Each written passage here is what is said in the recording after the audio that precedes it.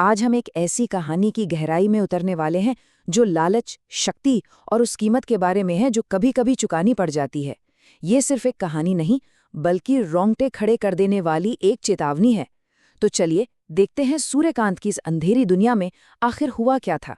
और कहानी की शुरुआत होती है इस एक लाइन से, जो हमें सीधा उस माहौल में ले जाती है जहां ये सब कुछ शुरू हुआ। ये कोई आम सन्नाटा नहीं था, नहीं, ये तो किसी बड़े तूफान से पहले की शांति थी। मिलिए सूर्यकांत से, लेकिन हम उससे तब नहीं मिल रहे हैं जब सब कुछ ठीक था। नहीं, हम उसे देख रहे हैं उसकी जिंदगी के सबसे खतरनाक मोड़ पर।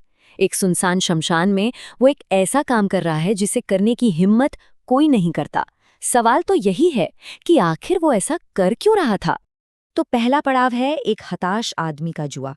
अगर हमें ये समझना है कि वो ऐसा क्यों कर रहा था, तो हमें पहले उसकी हताशा की गहराई को जानना होगा।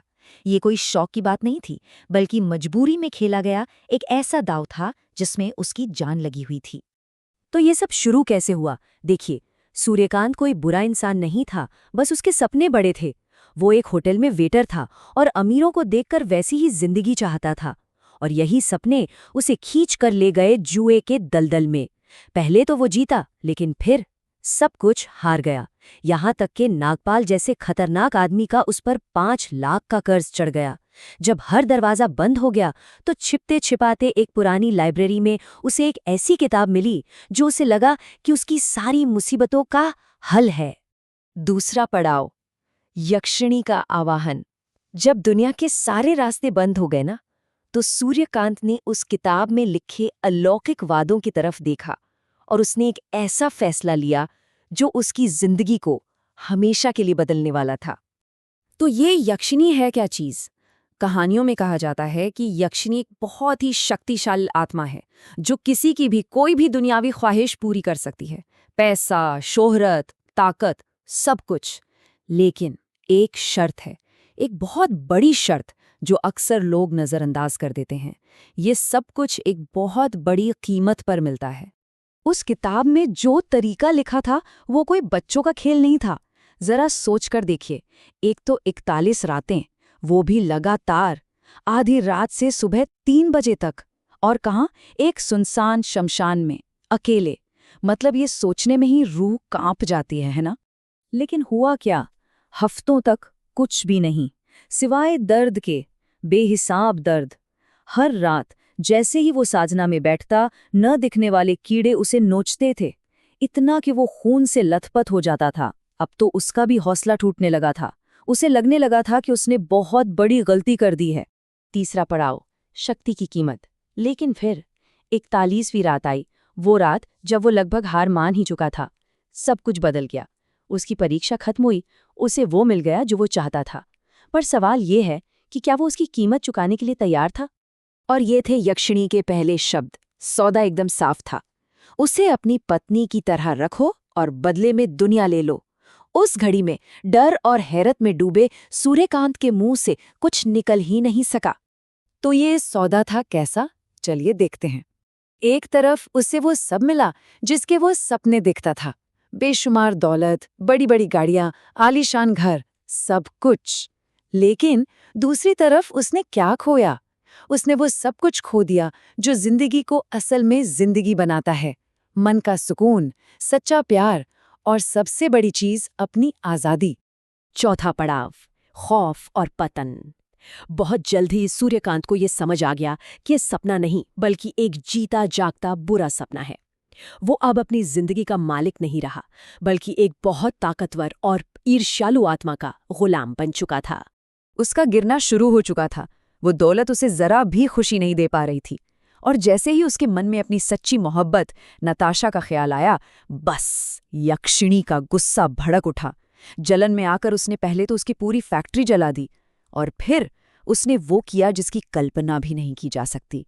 उसने नताशा की जान ले ली। बस इसके बाद तो सूर्यकांत पूरी तरह से बिखर गया। उसकी जिंदगी एक नरक बन चुकी थी। एक तरफ उसे नताशा की मौत के वो भयानक मंजर दिखते थे, और दूसरी तरफ यक्षिणी थी जिसकी प्यार की मांगे कभी खत्म ही नहीं होती थी। इस दोहरी मार ने उसे अंदर से खोखला कर दिया, और देखते ही देखते वो सड़कों पर आ गया। 5वां पड़ाव, एक दूसरा रास्ता। और ठीक उसी वक्त जब सूर्यकांत ने अपनी जिंदगी खत्म करने का फैसला कर लिया था, कहानी एक नया मोड़ लेती है। उसे एक और रास्ता दिखता है, एक ऐसा रास्ता जो शायद पहले वाले से भी ज्यादा मुश्किल था। वो आत्महत्या करने ही वाला था कि उसे आकांक्षा नाम की एक पैरानॉर्मल एक्सपर्ट ने बचा लिया, और उसी ने उसे एक उम्मीद की किरण दिखाई। उसने उसे एक साधु के बारे में बताया जो रामनगर के घने जंगलों में रहते थे, एक ऐसे साधु जिन्हें इन शक्तियों का गहरा ज्ञान था। और यहीं साधु के पास आकर कहानी का सबसे बड़ा राज खुलता है। साधु से बताते हैं कि यक्षिणी साधना के दो रास्ते होते हैं। एक होता है प्रेमिका रूप, जिसे स्वार्थ और इच्छाओं के लिए साधा जाता है, और ये साधक को अपना गुलाम बना लेती है। और दूसरा रास्ता है माता रूप का, जिन्हें आध्यात्मिक मुक्ति के लिए बिना किसी स्वार्थ के साधा जाता है। वो सिर्फ एक निस्वार्थ इच्छा पूरी करती हैं और वापस चली जाती हैं। मतलब सूर्यकांत की सबसे बड़ी गलती उसकी नीयत थी। और छठा पड़ाव है अंतिम सबक। अब सूर्यकांत को अपनी गलती का एहसास तो हो गया था, लेकिन सिर्फ एहसास होना काफी नहीं था, है ना? उसे खुद को आजाद कराने के लिए एक आखिरी और शायद सबसे मुश्किल इम्तिहान से गुजरना था, अपनी विल पावर, अपनी इच्छा शक्ति का इम्तिहान। और ये दूसरी साधना पहले से 100 गुना ज्यादा खौफनाक थी। वो प्रेमिका यक्षिणी, उसने सूर्यकांत की साधना तोड़ने के लिए अपनी पूरी ताकत लगा दी। कभी उसके कानों में चीखती तो कभी अपने पंजों से उसकी छाती नोचती। लेकिन इस बार सूर्यकांत का इरादा पक्का था। इस बार उसे दौलत नहीं, आजादी चाहिए थी, और उसने नताशा की याद को अपनी ढाल बनाया और डटा रहा। और आखिरकार उसकी इच्छा शक्ति जीत गई। माता यक्षिणी प्रकट हुई, और इस बार सूर्यकांत ने उनसे कुछ नहीं मांगा सिवाय अपनी आजादी के। उसकी इच्छा पूरी हुई और वो वापस अपने पुरानी जिंदगी में लौट गया, एक वेटर की जिंदगी में। लेकिन अब वो पहले वाला सूर्यकांत नहीं था। अब वो एक ऐसा इंसान था जो जान चुका था कि आजादी की असली कीमत क्या होती है। तो इस पूरी कहानी का सबक क्या है? वो इस एक लाइन में छिपा है कि बिना गुरु के कभी भी कोई तांत्रिक साधना नहीं करनी चाहिए। अधूरे ज्ञान के साथ इन रास्तों पर चलना मौत को दावत देने जैसा है। एक सही गुरु का मार्गदर्शन ही सबसे जरूरी है। और ये कहानी हमें एक बहुत गहरे सवाल के साथ छोड़ जाती है।